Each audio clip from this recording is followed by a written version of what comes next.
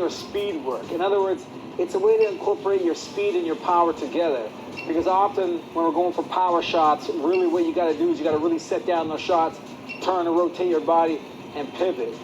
But in boxing, you don't always want to go for the power shot. Sometimes you're moving, punching fast to set up the power shot. Sometimes the opportunity isn't there for you. Or sometimes you're just trying to land effective punches and stay out of range so you don't get caught from the pressure opponent. So this drill is going to incorporate everything with speed, mobility, and power together. It starts with your feet. It's a footwork drill. It's going to synchronize and work with your hands and your upper body, and really going to allow you to maximize everything in your boxing together. All right, let's get into it.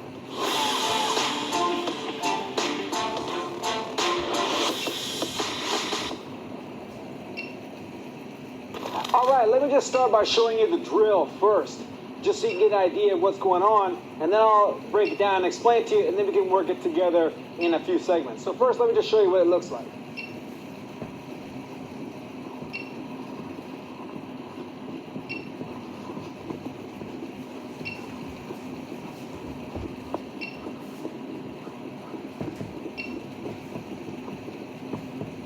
All right, now pretty straightforward. It looks like a shoe shine. For example, when I'm shoe shining.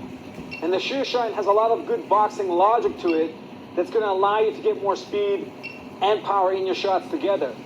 If I'm going for a power shot, I'm going to sink everything. I'm going to fully rotate and get my hip into the shot here. Here. I'm going to set my feet down and really try to get everything into it. That is really effective, especially when I know I'm in the position and the opportunity for the power shot. But if I'm trying to set it up, and I'm not there yet, or I'm just trying to land effective shots, power isn't always what I want.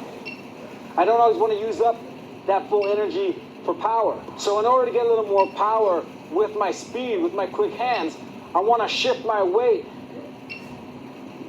in my body. And the way to shift the weight, other than pivoting, is through a small step, okay? What I'm basically doing is taking a small step to release pressure off the ground so that I fall, and then I want to catch myself again so that the amount of weight and pressure I put in the ground comes out in my shot. And then if I work that left and right, you're going to get a little more power with your speed. Your speed shot's going to have a little more sting. They're going to be more effective. It's going to allow you to be mobile, allow you to have quick hands, set up power if you need it, or get out and still work effective punching. So let me break it down for you just so you have an idea, in case you're a total beginner, just so you have an idea of how this works. First, you have to understand what's happening. If I'm in my stance and I remove one of my legs, I take out this leg, I'm going to fall that way. So weight is going that way. If I'm in my stance and I remove the front leg, I'm going to fall that way. So every time I step, a little mini version of that is happening. I'm creating a weight transfer. If I create a weight transfer and stop it, I put energy into the ground. If I stop it isometrically, I can use that force from the ground to come out. I sort of create a rebound effect, sort of like when you go and run and jump. You put pressure on the ground and then you take off. Same thing with this stepping. Small steps. You don't even necessarily need the pivot. Just small steps. If you want to really see this in action, the number one boxer to watch is Manny Pacquiao. Just watch Manny Pacquiao training and you'll see it amplified to a crazy level. So that's if you really, really want to see it going down full tilt. So here, what you want to do is you want to rotate your body slightly, upper body, and then just take small steps. If I'm going to rotate my right shoulder forward, throw with the right hand, I want to step with the right foot. It's not the left, it's the right. So here I go, I rotate, small step. And I don't even really need much pivot there. Rotate left, small step. Rotate right, small step. Rotate left, rotate right. And all I want to do is take little small steps while I'm rotating. Not even really much with the hips or shoulders. But here, watch, you can see how it goes naturally. Right, left, right, left, right, left, right, left, right, left.